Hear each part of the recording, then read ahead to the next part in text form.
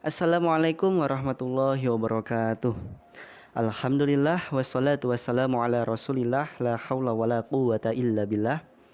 Rabbi syrah li sadri wa yassir li amri wa hlul 'uqdatam min lisani yafqahu qawli amma ba'du.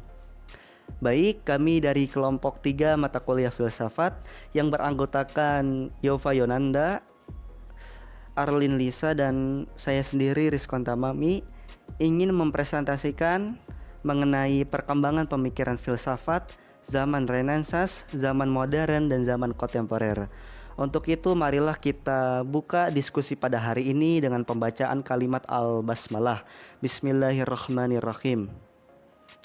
Selanjutnya adalah pembacaan materi yang akan disampaikan oleh saudara kita, yaitu saya sendiri Rizkon Tamami. Waktu dan tempat saya persilakan untuk saya sendiri. Secara harfiah Renaissance berasal dari bahasa Italia yang memiliki arti kelahiran kembali. Renaissance adalah sebuah periode yang menandakan kelahiran kembali peradaban dan kebudayaan Eropa, ditandai dengan munculnya penghargaan terhadap etika, estetika, dan rasa rasionalitas.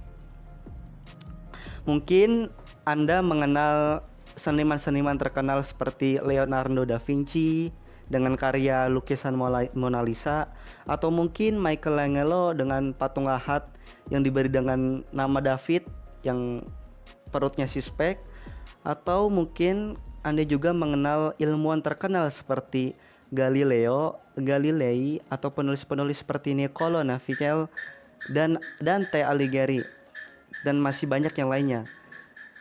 Ternyata semua ini memiliki satu kesamaan, yaitu mereka hidup pada zaman Renaissance. Zaman ini juga dikenal dengan zaman pembaruan, merupakan masa peralihan sekaligus pergerakan budaya dari abad pertengahan hingga ke zaman modern.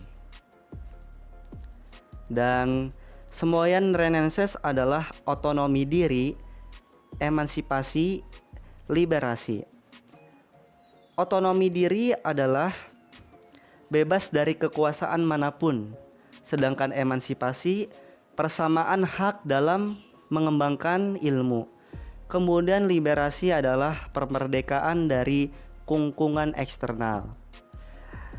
Ketika kita membahas Renaissance, tidak lepas dari sekuler. Pengertian sekuler tersendiri adalah sekulum, yang artinya abad, bersifat duniawi atau tidak sakral. Sekularisme dalam arti luas pemisahan urusan agama dengan urusan negara. Urusan agama menyangkut keakhiratan, sedangkan urusan negara bersifat keduniawian. Agama mengurusi umatnya masing-masing, sedangkan negara mengurusi warga negara secara umum. Dan prinsip sekularisme adalah pemisahan secara tegas hukum negara dengan hukum agama. Agama tidak dijadikan sebagai acuan hukum negara. Hukum negara berdasarkan kesepakatan bersama secara demokratis, dan hukum negara dapat bertentangan dengan hukum agama. Persoalan-persoalan dalam negara diselesaikan sepenuhnya berdasarkan demokrasi dan berdasarkan dengan HAM. Selanjutnya adalah sebab-sebab lainnya Renaissance. Manusia mendambakan kebebasan berpikir seperti zaman Yunani kuno. Manusia tidak mau diikat oleh kekuasaan manapun, gereja dan raja, kecuali oleh kekuasaan dirinya atau akalnya. Tokoh-tokoh pada zaman Renaissance adalah Nicolaus Copernicus tahun 1473 hingga 1543, Giordano Bruno 1548 hingga 1600, Niccolò Machiavelli 1469 hingga 1527, Francis Bacon 1561 hingga 1626. Filsafat zaman modern, yaitu pada tahun 17 hingga 20 Masehi. Filsafat modern adalah pembagian dalam sejarah filsafat barat yang menjadi tanda akhir-akhirnya era skolastisisme atau periode zaman pertengahan. Pada masa ini, rasionalisme semakin dipikirkan. Lalu ada beberapa aliran yang berkembang pada zaman modern. Yang pertama, idealisme. Idealisme adalah sebuah keyakinan atas suatu hal yang dianggap benar oleh seseorang dan bersangkutan dengan sumber dari pengalaman, pendidikan, kultur budaya, dan kebiasaan. Aliran ini sangat penting dalam perkembangan pikiran manusia. Lalu ada materialisme, yaitu faham atau aliran yang menganggap bahwa dunia ini tiada hal lain selain materi atau alam dan dunia fisik adalah satu. Lalu ada dualisme, yaitu ajaran atau aliran yang menganggap alam ini terdiri dari dua hakikat, yaitu hakikat materi dan hakikat rohani. Lalu ada empirisme, yaitu tulisan dalam filsafat yang menyatakan bahwa semua pengetahuan berasal dari pengalaman manusia. Lalu ada rasionalisme, yaitu faham atau aliran yang berdasarkan rasio dan ide-ide yang masuk akal. Lalu ada fenomenalisme, yaitu aliran atau faham yang menganggap bahwa fenomenalisme atau bisa disebut dengan gejala adalah sumber pengetahuan dan kebenaran. Lalu ada intuisionalisme, yaitu aliran atau faham yang menganggap bahwa intuisi atau naluri atau juga perasaan adalah sumber dari pengetahuan dan kebenaran. Intuisi termasuk salah satu kegiatan berpikir yang tidak didasari pada penalaran. Lalu ada beberapa tokoh yang membuka jalan baru menuju perkembangan ilmiah yang modern. Di antaranya Leonardo da Vinci, Nicolaus Copernicus, Johannes Kepler, dan Galileo Galilei. Filsafat kontemporer yaitu cara pandang dan berpikir mendalam menyangkut kehidupan pada masa saat ini. Sejarah filsafat kontemporer dipengaruhi oleh filsafat sebelumnya, yaitu filsafat modern, yang masih banyak kekurangan, sehingga filsafat kontemporer menyempurnakan filsafat modern dengan kebebasan tanpa aturan yang mengikat. Aliran-aliran yang muncul pada filsafat barat kontemporernya antara lain: 1. Eksistensialisme. Eksistensialisme berasal dari kata eks yang artinya keluar, dan sistensi yang artinya berdiri atau menempatkan. Maka diartikan sebagai manusia berdiri sebagai diri sendiri dengan keluar dari dirinya. Tokoh dalam aliran ini adalah Jean-Paul Sartre. 2. Pragmatisme.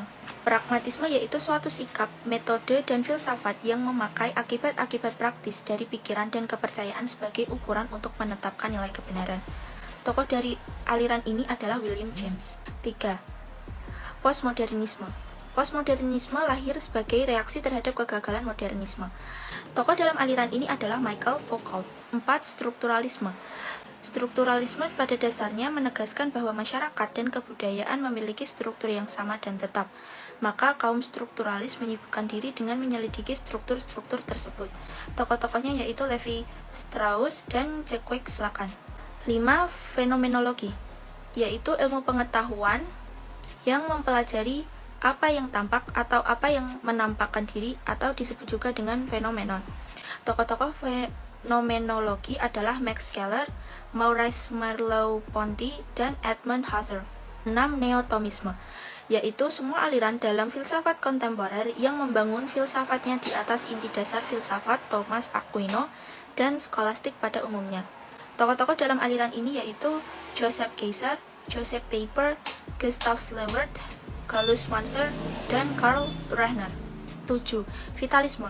Aliran vitalisme memandang bahwa kegiatan organisme hidup digerakkan oleh daya atau prinsip vital dengan daya-daya fisik, di mana segala sesuatu dapat dianalisa secara matematis. Tokohnya yaitu Henry Bergson. 8. Analitis. Para penganutnya menyibukkan diri dengan analisis bahasa dan konsep-konsep. Tokoh-tokohnya yaitu Bertrand Russell, Ludwig Wittgenstein, Gilbert Rayleigh, John Langsau Austin. Filsafat kontemporer adalah sebagai reaksi dari berkembangnya filsafat modern yang semakin melenceng. Pemikiran kontemporer ini berusaha mengkritik logosentrisme, rasionalisme filsafat modern yang berusaha menjadikan rasio sebagai instrumen utama. Perkembangan filsafat kontemporer berada dalam dua jalur, yakni filsafat holistik dan filsafat dekonstruksi. Baik, selanjutnya adalah penutupan. Marilah kita tutup diskusi pada hari ini dengan pembacaan kalimat Alhamdulillah. Dan kami berterima kasih kepada Bapak Ali Musafak yang telah memberikan kami kesempatan untuk berdiskusi, dan kami juga berterima kasih kepada teman-teman sekalian yang telah berpartisipasi mengikuti acara ini hingga selesai. Dan semoga apa yang kita pelajari pada hari ini dapat bermanfaat bagi kita, dan apabila terdapat kesalahan kata-kata yang disengaja maupun tidak disengaja, kami mohon maaf sebesar-besarnya. Wallahul muwaffiqu ila aqwamit thoriq. Wassalamualaikum warahmatullahi wabarakatuh.